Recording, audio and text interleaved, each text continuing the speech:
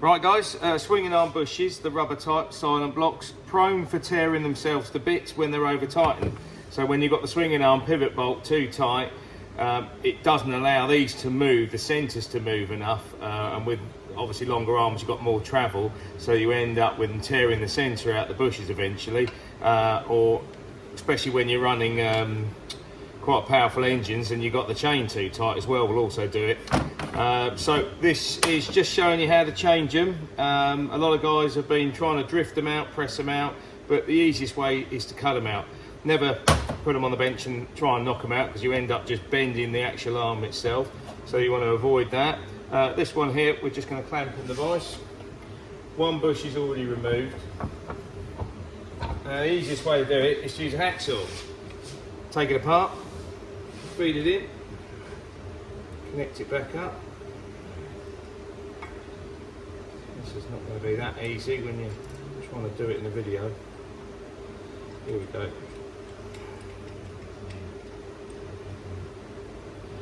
We've only just got to cut through part of it, the actual outer steel sleeve. You've got to be careful not to go into the aluminium. I mean, you can just touch it, but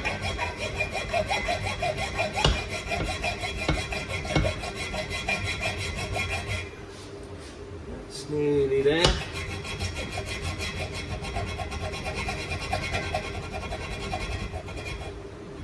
That's it. And what I tend to do is do 2 cuts.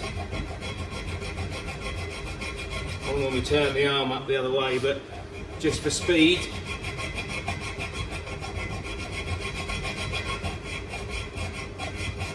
Alright, we're just through. So, got to take it apart again. Like so. A lot of you already know this. I'm just doing this video to help the guys that don't know this.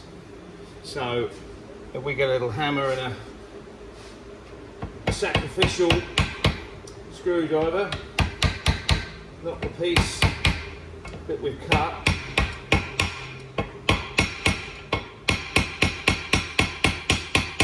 use a bigger hammer really, but I don't want to damage the arm. So that's not through quite yet.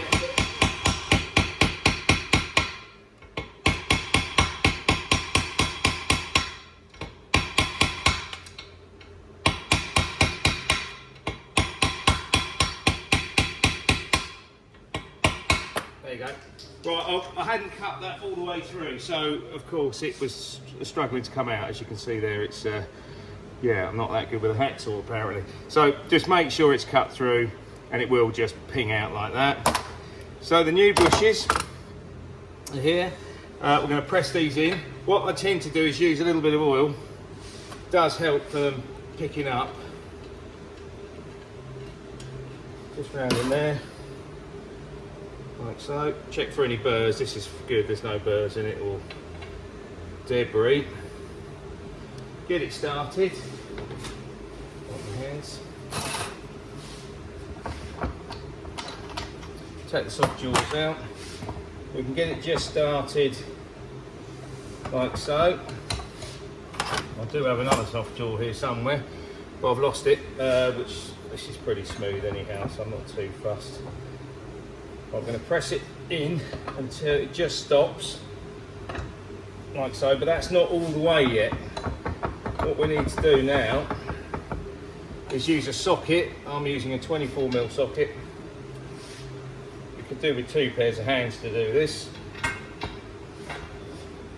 We've got to press the final bit in.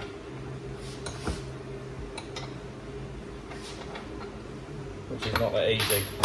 I'm going to be chucking this everywhere for a minute.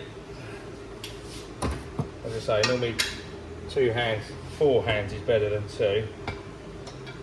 Right, put that there. That there. Try and take some of the tension up. Yeah.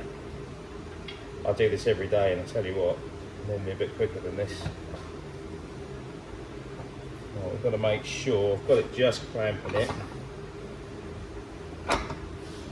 Right, just going to nudge that in until it's flush the outer part. Hope you can see that. The outer part is now flush with the edge there. Same on the inside. It's flush there. So that's as simple as that to do. And so we've seen a lot of people wrecking these, you know, trying to bash them out or not getting sockets jammed in the hole, etc. So just that's the simplest solution, and I really hope it helps you guys.